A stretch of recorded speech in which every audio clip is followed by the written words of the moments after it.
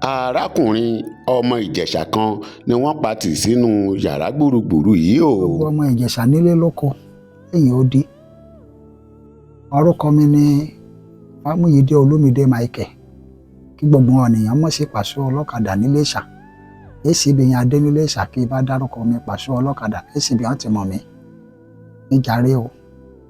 Ásídẹ́ǹtì ni mo ní láti bí ọdún méjì bẹ́ẹ̀ kọ́ ti ṣẹlẹ̀, ṣe ni mo mi bọ́ láti ibi iṣẹ́ ni mo ṣàyẹ́dẹ́ bọ́ gbà ni mo gbọ́ wọn mọ̀ bẹ̀yìn lé ní LAUTECH ni mo ti bára mi níjọ́ kejì.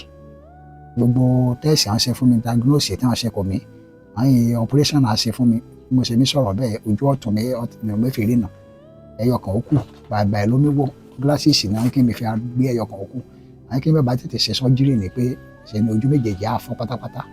Egun ẹ̀yìn mi náà àwọn mo ní dislocation ọyẹ kan gbogbo máa ná kàn fi àṣẹ surgery 5.8 million ní ìjàre gbogbo ọmọ Ìjẹ̀ṣà. Ìṣàánú mi o, ìràn mi lọ́mọ ẹ̀ṣọ́ máa lè Ìjẹ̀ṣà o, ọmọ ilẹ̀ Ìjẹ̀ṣà gidi, ọmọ ọkọ Ìjẹ̀ṣà lèmi náà, ìjàre ìràn mi lọ́wọ́.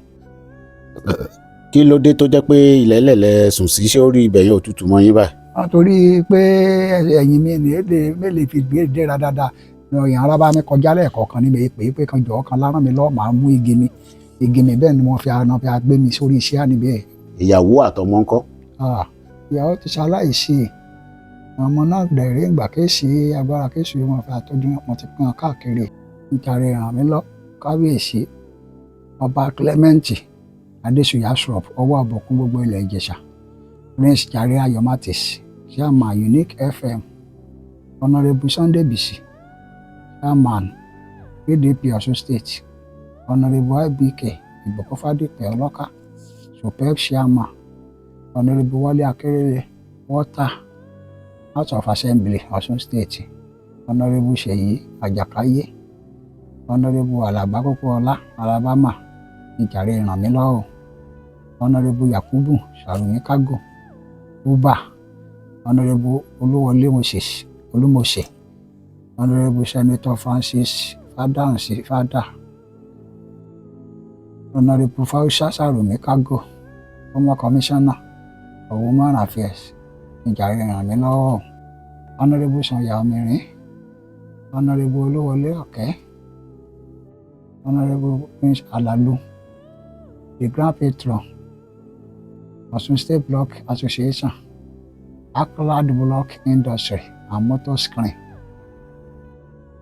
Asuma Fans Club PFA, Ọ̀ṣun State Branch, Topmost Group of Company, ìjàre ìṣàánú mi ràn mí lọ, Alex Rahim Petrol and Motor Suit, Abe Jam Pharmacy, Elstad Pharmacy, Alhaji Akéwìsọlá, gbogbo àwọn Christian Association of Nigeria Iléṣà, gbogbo àwọn Muslim Association Brothers and Sisters Iléṣà, ìjàre ràn mí lọ́wọ́, ìṣàánú mi ò níra dààmú nínú ayé ọ̀rẹ́ àwọn ọmọ mi.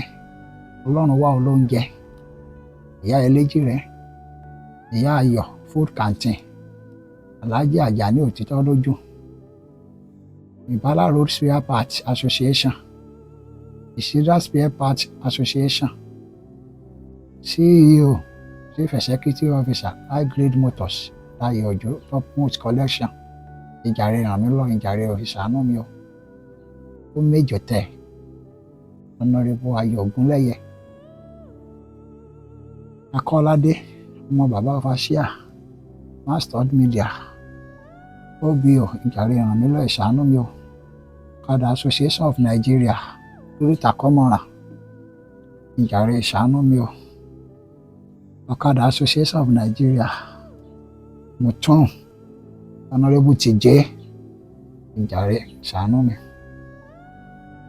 Madam Yeyeria Victoria Àjànàkú Dáná Ìjà, ọba ńlá of Ìjẹ̀ṣà Land, Sàlékan Sàrùmí, bàbá Chief Lóró Ìjẹ̀ṣà, Lékan Sálámì, ìjàre ràn mí lọ́wọ́, ìṣàánú mi o. Mrs.